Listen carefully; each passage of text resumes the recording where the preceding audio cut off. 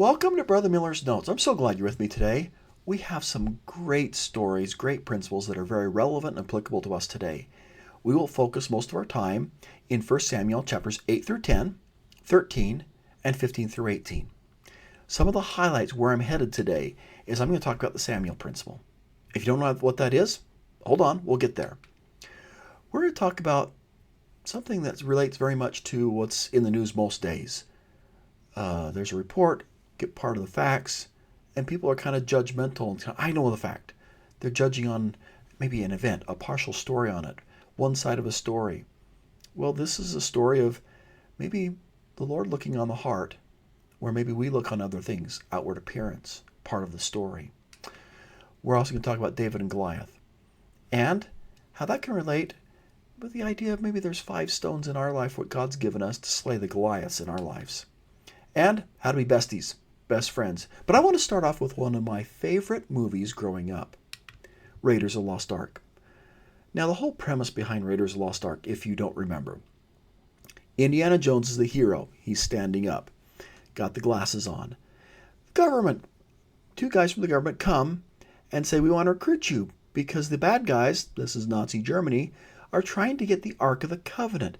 Now, Indiana Jones, he knows this. He's the guru. He starts filling in gaps because in the Old Testament, when Israel had the Ark of the Covenant, they'd have their army go out, and the Ark of the Covenant was in front. And when they had the Ark of the Covenant, they always won. And this is the picture that was from the Indiana Jones movie, one they used. They recruit Indy. Indy goes and finds the Ark of the Covenant. Eventually, spoiler alert, the Ark of the Covenant is taken from Indy. The bad guys get it. They're thinking, if now that we have it, we can open it up, find it secret, and then we'll win the war because we have this ancient relic from Israel. Well, they open up, bad things happen. The whole movie glosses over the most important part of this story. It's not the ark that saves Israel. It's not because you have the ark in front of your army that you win. You win because you have God on your side. You win because you have faith in God. And God's not going to help them if they're not righteous. That's the background, the first few chapters of 1 Samuel. They're in a war with the Philistines. And in chapter 4, verse 3, when the people come into the camp, the elders of Israel said, wherefore hath the Lord smitten us today before the Philistines? We got our rear ends kicked. Let us fetch the Ark of the Covenant out of the Lord, out of Shiloh, unto us, that, when it cometh among us, it may save us out of the hands of our enemies. They don't say, let's turn to God. Let's exercise faith. Let's repent. It's, let's go get the ark. It'll save us. Well, they fetch the ark. The ark comes. They take the ark out in front of them, and they are defeated. The priests are slain. The ark is captured. They take the ark to one of their god's temples. Now, the idea is, if you take someone else's god, maybe it's the god of their city or their nation, you overwhelm them militarily, you capture their god, you take it back. In this case, they're going to take it to the house of Dagon, or this little temple. When you take their sacred relic, their statue, their god, and you put it in among yours, you are saying, one, we are more powerful. My God's better than your God.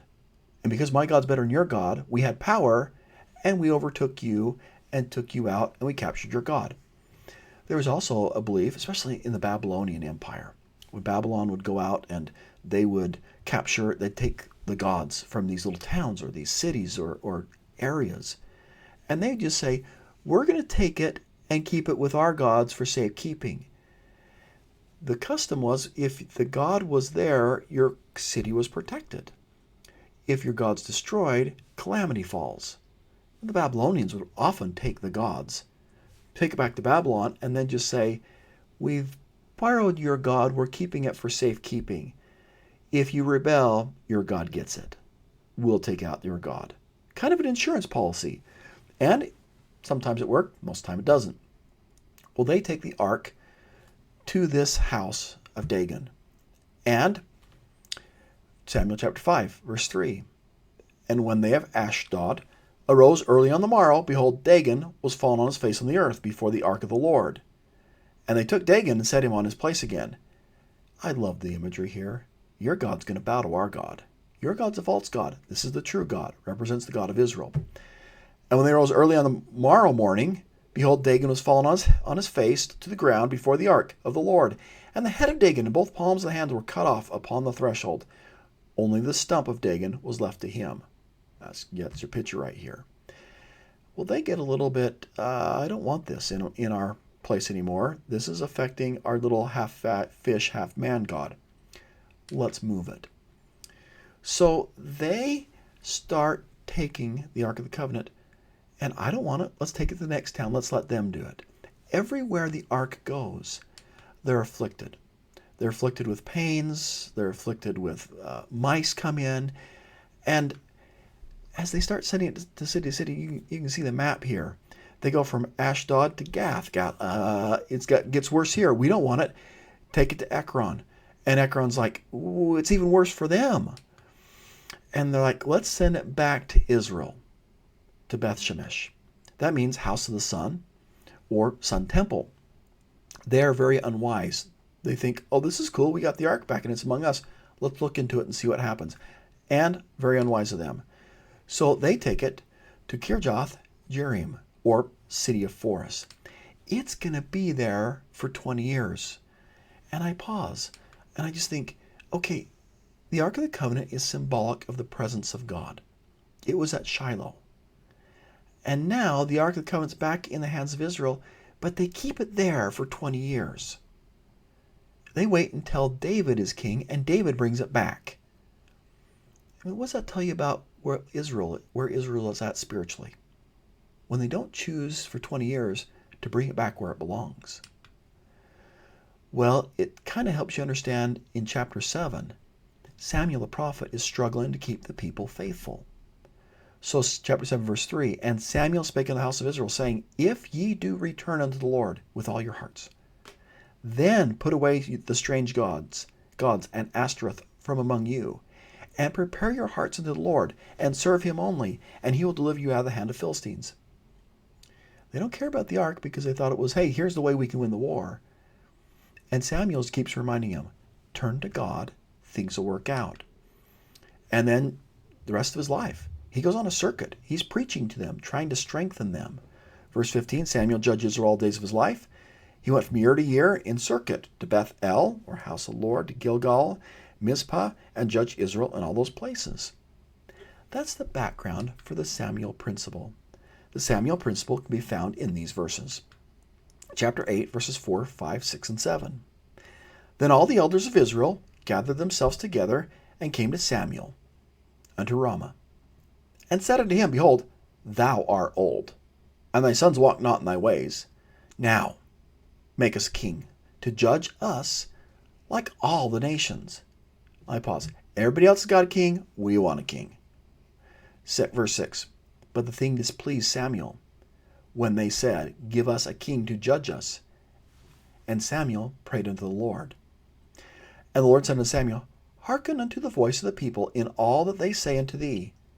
For they have not rejected thee, but they have rejected me, that I should not reign over them.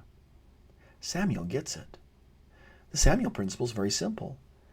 Sometimes the Lord lets us have what we want, even when it's unrighteous. President Ezra Taft Benson explained it this way. Sometimes God temporarily grants to men their unwise requests in order that they might learn from their own sad experiences. Some refer to this as the Samuel principle. The children of Israel wanted a king, like unto all other nations. The prophet Samuel was displeased and prayed the Lord about it. The Lord responded by saying, Samuel, they have not rejected thee, but they have rejected me, that I should not reign over them. The Lord told Samuel to warn the people of the consequences if they had a king. Samuel gave them a warning, but they still insisted on their king. So God then gave them a king and let them suffer. Sometimes, in our attempts to mimic the world, and contrary to the prophet's counsel, we run after the world's false educational, political, musical, and dress ideas. New worldly standards take over, a gradual breakdown occurs, and finally, after much suffering, a humble people are ready to be taught, once again, a higher law. President Spencer W. Kimball didn't mince words on this principle. He said, Samuel called the people together and explained to them that the people of the Lord should be different, with higher standards. "We want to be like the other peoples," they demanded. "We do not want to be different. Not so different are we today. We want the glamour and the foolishness of the world, not always realizing the penalties of our folly. Others indulge in their social drinking. We must have a king like unto the other nations. Styles are created by the vulgar and money mad and run from one extreme to the other to outdate present wardrobes and create business for merchants. We cannot be different. We'd rather die than not be up to date. If the dress in the knee length, we must. Oh yeah, okay. If the dress is knee length, we must go a little above the knee. If the shorts are short, we must have the shortest. If bathing suits are skimpy, we must have the skimpiest. We must have a king, like unto other nations. The Lord says he'll have a peculiar people, but we do not wish to be peculiar. If an intimate fondling is the pattern of the crowd, we will fondle. We must have a king like unto other nations. Others have Hollywood marriages with finery and glittering and ostentatious pomposity. We also must have candles and gowns and vestments and ladies in waitings and often dangerously, nearly immodestly dressed. We must have a king like unto other nations. When, oh when, will our Latter-day Saints stand firm on their own feet, establish their own standards, follow proper patterns, and live their own glorious lives in accordance with the gospel-inspired patterns? Certainly, good times and happy lives and clean fun are not dependent upon the glamorous, the pompous, and the extremes. Now, you and I know people who aren't like that. Your ward's probably full of great people who aren't like us at all. But you may know some who are like this, where if something's in a movie, well, maybe that's where they're going to start leaning. And the world speaks enough of it. If they tell a lie long enough, people start to believe it sometimes. Back to Samuel. Samuel goes out looking for the new king. So now we have chapter 9, verse 2. There's a son named Saul, a choice young man, and a goodly. And there's not among the children of Israel a goodlier person than he. From his shoulders upwards, he was higher than any of the people. He's tall. Everybody else's heads come here. He's a head taller. He looks good. He looks the part. If you're looking in a crowd and you go, who should be king? You would point to him. He looks awesome. And verse 15. Now the Lord told Samuel in his ear a day before Saul came, saying, Tomorrow, about this time, I'll send thee a man out of the land of Benjamin. And thou shalt anoint him to be captain over my people Israel, that he may save my people out of the hand of the Philistines. For I have looked upon my people because their cry is come unto me. And then we have, in a few chapters we read today, the rise and fall of Saul a king. And instead of putting these all up on the screen, I'm just going to read them out of my scriptures. And I'm going to go really kind of fast, just so you know. So 1 Samuel 9, verse 2, we just read. Yeah, I'm skipping to verse 15 to 17. Now the Lord told Saul Samuel in his ear before, tomorrow here he's going to come. He's going to save the Philistines. And he comes. Now verse 17, he sees Saul, and the Lord spake unto him, Behold the man whom I spoke thee of. This is the same that shall reign over my people. And verse 20 and 21. As for thine access, they have not lost, okay, thy asses. He's looking for his dad's animals. You haven't found them. And in verse 20, midway through, and on whom is all the desire of Israel? Is it not on thee and on thy father's house? There's expectations on you, Saul. We know you can help Israel. Now, skipping to chapter 10, verse 1.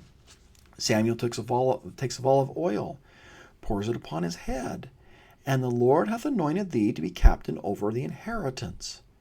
And verse 6, and the Spirit of the Lord will come upon thee, and thou shalt prophesy with them, and thou shalt be turned into another man. You're going to have one of those new hearts and new spirits. This anointing, this setting apart, is going to be a great blessing in your life. So you get verse 9 and 10, the fulfillment of that prophecy. And it was so, that when he had turned his back to go from Samuel, God gave him another heart. And all those signs came to pass that day. And when they came thither to the hill, behold, a company of prophets met him. Or I think those people have the spirit of prophecy, gifts of the Spirit. And the Spirit of God came upon him, and he prophesied among them. Saul has so much potential, And I skip to 11, verse 15. And all the people went to Gilgal, and there they made Saul king before the Lord in Gilgal. And there they sacrificed sacrifices of peace offerings before the Lord. And there Saul and all the men of Israel rejoiced greatly. Saul's up here. It seems he has the Spirit, but it's not going to last. Now the fall. Okay, I'll go kind of fast through this. Going back to chapter 11, verses 5 through 7. So there's a problem. And Saul gets upset. I'm going to skip to verse 6. The Spirit of God came upon Saul. And I'm thinking, okay, Saul, Spirit's with you. When you heard the things that are happening, and then I kind of put, and then his anger was kindled greatly. Well, I'm just picturing, Saul, you're quick to get angry. And angry isn't always compatible with the Spirit of the Lord. And so, and then in verse 7, whoso cometh not forth after Saul and after Samuel. It's kind of like, hey, if you're not going to follow me, here is a start of his pride being manifest. It's no longer the Lord who anointed me. It's if you're coming after me. And I think he adds on Samuel because, yeah, the prophet too. I suppose you come after me, Saul, and yeah, and Samuel. Just like I tore these oxen apart, I'm going to tear you apart. That's the beginning of Saul's downfall. It's his pride. And then things work out.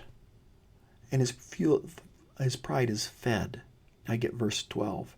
And the people said unto Samuel, who is he that said, shall Saul reign over us? Hey, wait. You were against having a king, prophet. We got a king and he's doing good. Who are you that said, you sure you want a king? Okay, and he feeds into that. So, okay, we're at 11. 13, verse 1. Saul reigned 1 year.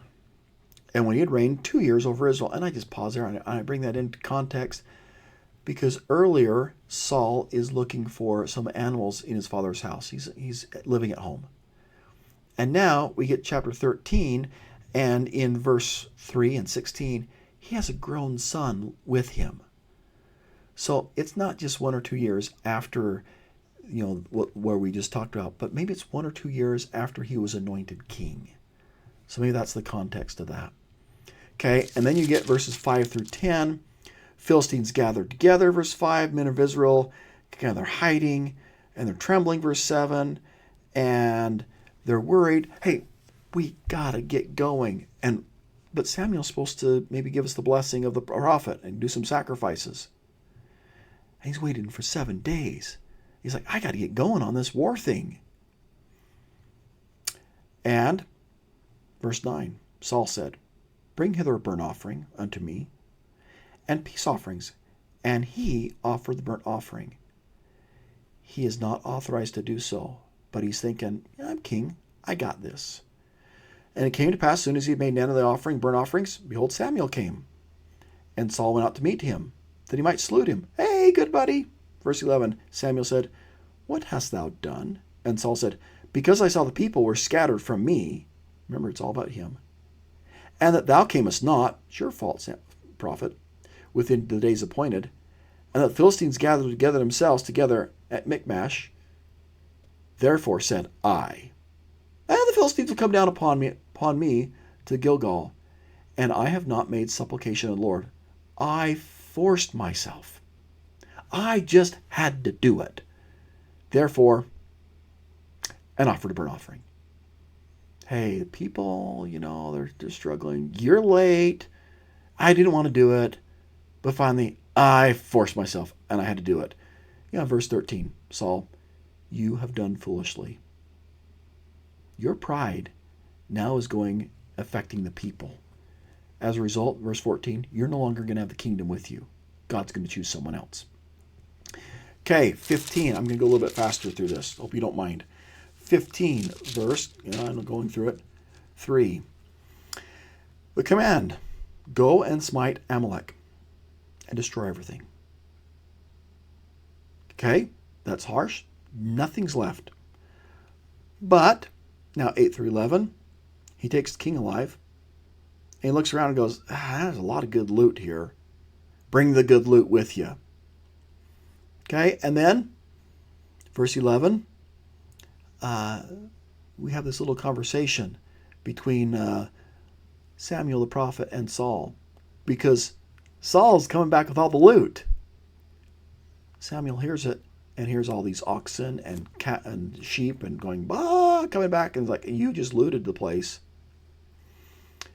And verse 14, Samuel said, what meaneth thee the bleating of the sheep in mine ears, and the lowing of the oxen which I hear? And Saul said, they brought them forth from the Amalekites. And the people, I have a little asterisk next to this, because Saul is very influenced by others. It's pure influence gone negative. The people, not me, the people spared the best of the sheep and the oxen to sacrifice unto the Lord thy God. The people did it, and it's all for God. In verse 17, Samuel said, when thou wast little in thy own sight, when you were humble, things were working out. And verse 18, the Lord sent you on a journey. And Saul's getting a little defensive. Verse 20, I have obeyed the voice of the Lord, and I have gone the way the Lord sent me. But the people, it's all their fault. Verse 21, they did it. And verse 22 and 23, and Samuel said, hath the Lord as great delight in burnt offerings and sacrifices as in obeying the voice of the Lord? You say you're doing this for God. And so many times people, especially in these murder mysteries, I did it all for you. Here's why I did this bad crime. I did it for you. I did it for us. Whatever the reason, God's trying to say, be obedient. Okay, and I got to turn my light back on. Sorry about that. I'm in an office where the lights automatically just go off if I'm not moving very much. And I'm in front of the camera and I'm not moving. So, okay, back to 1 Samuel 15. It's better to be obedient than even to sacrifice. In verse 21, for rebellions a sin is witchcraft, and stubbornness is as iniquity and idolatry. Because thou hast rejected the word of the Lord, thou hast also rejected thee from being king. You blame it on other ones, pure influence.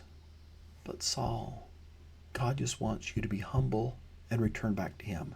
Okay, 24 to 26, justification, because in verse 24, I feared the people, that's why I obeyed. And then verse 35, and Samuel came no more to see Saul until the day of his death. The fall of Saul, I think maybe the worst part is you no longer have the prophet with you. And maybe kind of as a summary for me, I think, what lessons can we learn from the rise and fall of Saul the king? And just so you know, in a class, I would actually have these up on the board and have the students be reading these. Okay, going through these verses, maybe putting them into groups, and then at the end we discuss it. Now, what lessons can you learn? And let there be a discussion on that. Elder Robert D. Hale said, my brothers and sisters, are we hearkening with the exactness to the voice of the Lord and his prophets? Or like Saul, are we practicing selective obedience and fearing the judgments of men? Sometimes for Saul, he had the idea that if I'm obedient to some commandments, then maybe I don't have to be obedient to all of them. So it'd be like this. Maybe he's saying, because I do this, it's okay if I maybe not do this. Here's a couple examples. Because I usually dress modestly, it's okay if I occasionally dress immodestly. Or, because I'm saving money to serve a mission, it's okay if I don't pay my tithing. Or, because I live with standards in the strength of the youth, it's okay if I don't keep the dating standards. I'm keeping everything else. Or, because I go to church each Sunday, it's okay if sometimes I watch inappropriate media. Obedience to some commandments does not justify disobedience to other commandments. There is one of the great lessons in 1 Samuel of being too judgmental, judging too quickly. You can look sometimes at pictures and think, oh my, and make a judgment because of what's in a picture. I love some of the pictures you can take on vacation, like, hey, maybe it's looking like I'm kicking down a tower of Pisa. Or you can take a picture, it makes, I don't know, a statue look like it's actually making a basket. But when we be a little bit too quick in making judgments, the judgments aren't righteous judgments. Bad things happen. I'm reminded of a mistake that the president of Harvard University made one day. Here's the way the story goes. A lady in a faded gingham dress, I don't even know what that is. Okay, it's a dress. And her husband, dressed in a homespun bare thread suit, stepped off the train in Boston and walked timidly without an appointment to the office of the president of Harvard University outer office. The secretary could tell in a moment that such backwoods country hicks had no business at Harvard and probably didn't even deserve to be in Cambridge. She frowned at them. "We want to see the president," the man said softly. "He'll be busy all day," the secretary snapped. "We'll wait," the lady said humbly. For hours the secretary ignored them, hoping the couple would finally become discouraged and just go away. They didn't. Secretary grew frustrated and finally decided to disturb the president, even though it was a chore she always regretted having to do. "Maybe if they just see you for a few minutes, they'll leave," she told him. The president sighed in exasperation and nodded. Someone of his importance obviously didn't have the time to spend with them, but he detested gingham dresses, I'm guessing that's a simple dress, and homespun suits cluttering up his outer office. The president, stern-faced with dignity, strutted towards the couple. The lady told him, "We have a son who attended Harvard for 1 year. He loved Harvard. He was killed here, but about a year ago, he was happy here, but he said about a year ago he was accidentally killed. My husband and I would like to erect a memorial to him somewhere on campus." The president was not touched. He was shocked. "Madam," he said gruffly, "we cannot put a statue for every person who attended Harvard and died. If we did, this place would look like a cemetery." "Oh, no," the lady explained quickly. "We don't want to erect a statue. We thought we'd like to give a building to Harvard." The president rolled his eyes. He glanced at the gingham dress and the homespun sprint suit, then exclaimed, "A building? Do you have any earthly idea how much that building costs? We have over $7.5 million in the physical plant here at Harvard alone." For a moment, the lady was silent. The president was pleased. He could get rid of them now. The lady turned to her husband and said quietly, "Is that how much it costs to start a university? Why don't we start our own?" Her husband nodded. The president's face wilted in confusion and bewilderment. After Mr. and Mrs. Leland Stanford walked away, traveling to Palo Alto, California, where they established a university that bears their name, a memorial to a son that Harvard no longer cared about. Well, in this you have Saul, who looks the part. He looks like a king. The next king will not. And Samuel is told by the Lord, a little preface, "Samuel, he's not going to look good. He's not going to look like the king. He's not going to be what you expect." Chapter 16, verse 7. The Lord said unto Samuel, "Look not on his countenance, or on the height of his stature, because I have refused him. For the Lord seeth not as a man seeth, for man looketh on the outward appearance, but the Lord looketh on the heart." And you know what happens. Jesse has kids. They all kind of parade in front of Samuel. Hey, they look great. And none of them were chosen. And Samuel said in verse 11, "Jesse, are all thy children? Are they all here?" And he said, "There remaineth yet the youngest, but behold, he keepeth the sheep." And Samuel said, "Jesse, send and fetch him, for we will not sit down till he come hither." So everyone's all waiting. I can just imagine the older brother's a little disgruntled. And he sent and brought him in. Now he was ruddy, and withal a beautiful countenance, and goodly to look too. He doesn't look the part. He does not look good. He doesn't have that stature. He's small. Maybe thin.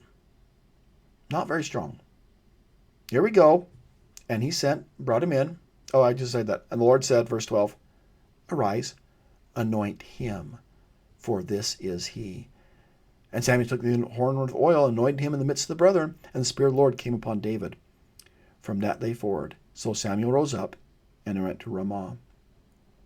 Elder Marvin J. Ashton said, "We tend to evaluate others on the basis of physical, outward appearance, their good looks, their social status, their family pedigrees, their degrees, or their economic situations. The Lord, however, has a different standard by which he measures a person. When the Lord measures an individual, he measures the heart as an indicator of the person's capacity and potential to bless others." I love that statement. He measures the heart as an indicator of the person's capacity and potential to bless others. Why the heart? Because the heart is synonym for one's entire makeup. The measure of our hearts is the measure of our total performance. As used by the Lord, the heart of a person describes his effort to better self or others, or the conditions he confronts. And if you were to do a checkbox of a lot of attributes that maybe the world looks at, you could put a lot of words up. And you may go, okay, according to the world, what makes someone a little bit more awesome? Are they cheerful? Popular? Oh, maybe the check mark's there. Willing, heart and mind, athletic, check. Educated, check. Pure, humble, no. Courageous, maybe, yeah. Okay, then they'd be in Gryffindor, right? Okay, kind and obedient, honest, handsome, oh, check. Okay, talented, maybe. Respected, check. Same list. What's the most important to God's standards? Maybe to God's standard, it really is the willing heart and mind. Maybe it is that they are pure and humble, and they're kind, obedient, and honest. I think maybe courageous too, because you have to be of courage, good courage. Spiritual talents, and talents are, all of us have talents. Well, we go to the army, and we're going to be introduced now to Goliath. Now, as they're opposing the Philistines, they are in this valley, the valley of Elah. Chapter 17, verse 1 starts off, let me go back here. Okay, and this, in verse 1, is where the Philistines are camped. And here's a creek that's going to have stones that David's going to pull 5 smooth stones from. And this is the camp of Saul's right here. If they get past Saul's camp, they've got a free and clear path all the way to Bethlehem, right into Jerusalem. And so this is kind of the last defense. That's why they're there. And you have Goliath who comes down in front of them and says, all right, let's have mortal combat, 1-on-1. And you probably know the description of him. He's huge. He's, according to scriptures, 6 cubits. That's elbow to fingertips, and a span for across the hand. It's about 9 feet 6 inches. Okay, and he is strong. He has the coat, which just weighs 5,000 shekels. That's 15 grams each, about 170 pounds. The spearhead alone is 20 pounds. And, we could have anybody maybe tell us the story if we're in a class. But I love David's courage. Everybody else is like, I don't want to do it. I'm going to be killed, and I'll lose the army. Because the idea is, we're going to have single combat. Whoever wins the war. We all go home. And no one thinks they can beat Goliath. And David has had experience with his sling. They try and put the armor on him. It doesn't fit. He's like, let me just do it with the experience I have. I've used this sling to defend my flocks. I know how to use it. And he goes down, as he's approved to do so, goes down the river and chooses 5 smooth stones. And slings it around, you know it, and kills Goliath and takes the head back, giving the glory to God. President Monson and President Hinckley both used this story and applied it so well to our lives. And that's what I'd like to focus on for just a sec. President Thomas S. Monson said, is there a Goliath in your life? Is there one in mine? Does he stand between you and your desired happiness? Your Goliath may not carry a sword or insult you in public so that all may hear and force you to make a decision. He may not be 3 meters tall, but he likely will appear equally as formidable, and his silent challenge may shame and embarrass. Just as David went to the brook and deliberately selected 5 smooth stones, we must go to our source of supply, the Lord. What polished stones will you select to defeat the Goliath that is robbing you of your happiness by smothering your opportunities? May I offer suggestions? First, the stone of courage. The stone of effort, second. Third, the stone of humility. Fourth, the stone of prayer. And fifth, the stone of love, of duty. We need to be armed with the sling of faith. Above all else, may we ever remember that we do not go forth alone to battle the Goliaths of our lives. But the battle must be fought. Victory cannot come by neglect. So it is in the battles of life. We will never see the details of our lives spread before us.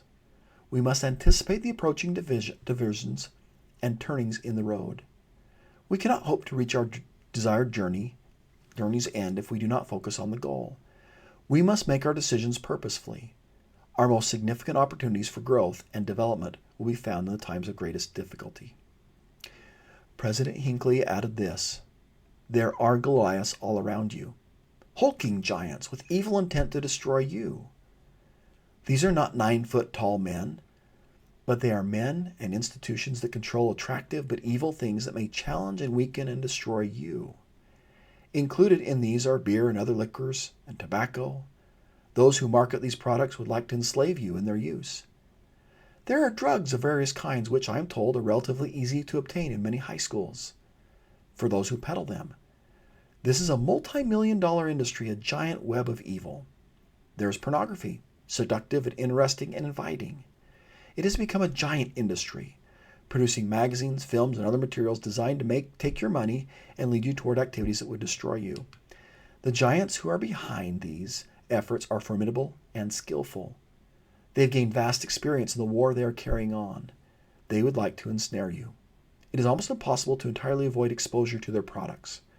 You see these materials on all sides, but you need not fear if you have the slingshot of truth in your hands. You've been counseled and taught and advised, and have the stones of virtue and honor and integrity to use against these enemies who would like to conquer you.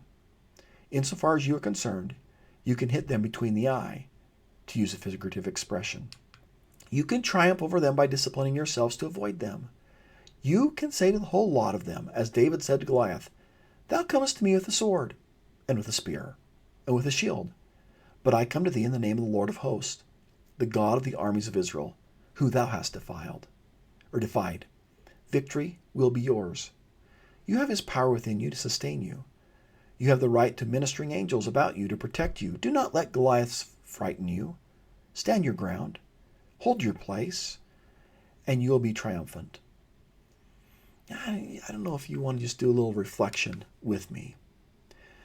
Maybe if you want to pause this, great, or this is maybe something I would do in a classroom. I would do this in classroom. Because many of the students that I'm in front of have a Goliath. It's huge to them. So maybe ask the question, are you facing Goliath today? If so, what is it? Write it down. And what stones has the Lord given you to help you in your battle today? Because a lot of times we already have those stones ready. We just need to pick them up and use them. What can you do to strengthen your sling of faith? And in short, how are you going to exercise your faith today to use what God's given you as you face your Goliath? My guess is you may have a Goliath. I hope maybe the 5 stones that comes to your mind will bless you today. And maybe it is just like David. The first one you throw is going to help knock over the Goliath. Maybe it's the 4th. Maybe it's the 5th.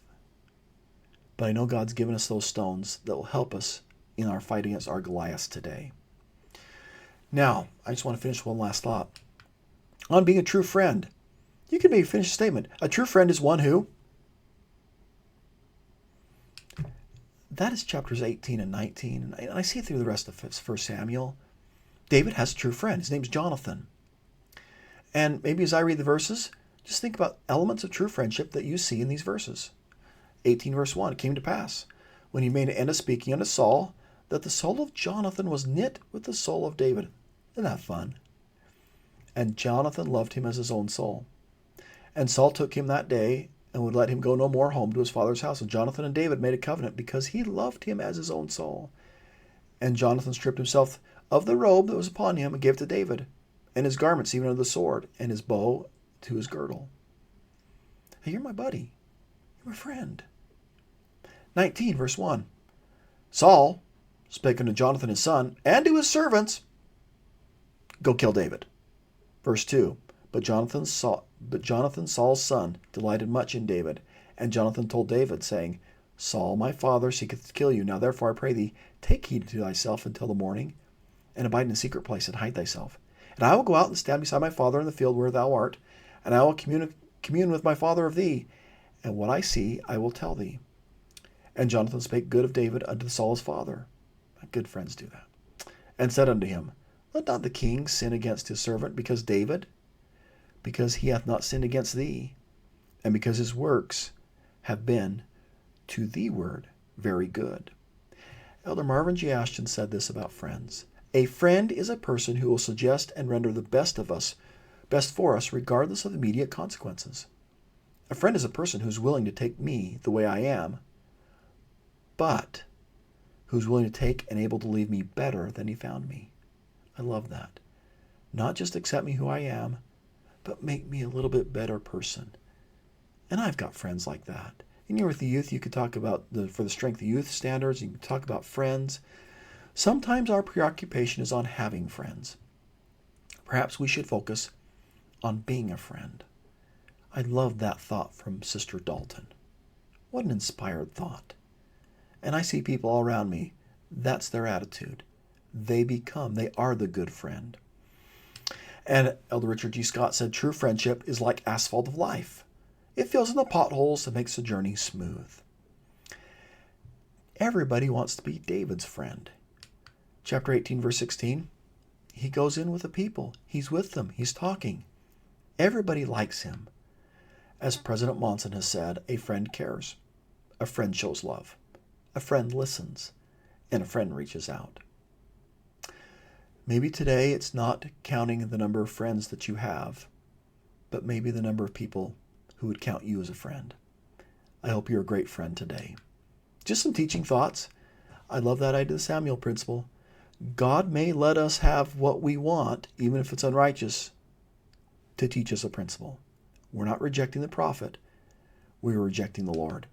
Don't be too quick to judge, based on whatever it is in the news. And I know you know that. God looks on the heart. And just a thought that if I'm in a class, I may focus a lot on comparing the story of David and Goliath to our lives. What are our 5 smooth stones? What's going to help us today against the Goliath that's in our life? And I know I've read this before, and it's on a little sticker that's right here on my desk. And it's from 3 prophets who've quoted this quote, always treat people if they're in trouble, and you'll be right most of the time. I think a lot of times they're facing their Goliaths. And it's good for them to know God's given them the 5 smooth stones and the sling of faith to help them today. And last, what kind of friend will you be today? Thank you so much for spending some time with me. I hope that if this is your teacher, that this has been helpful for you in teaching. But most of all, I hope today you have the Spirit of the Lord with you and you keep smiling. Bye.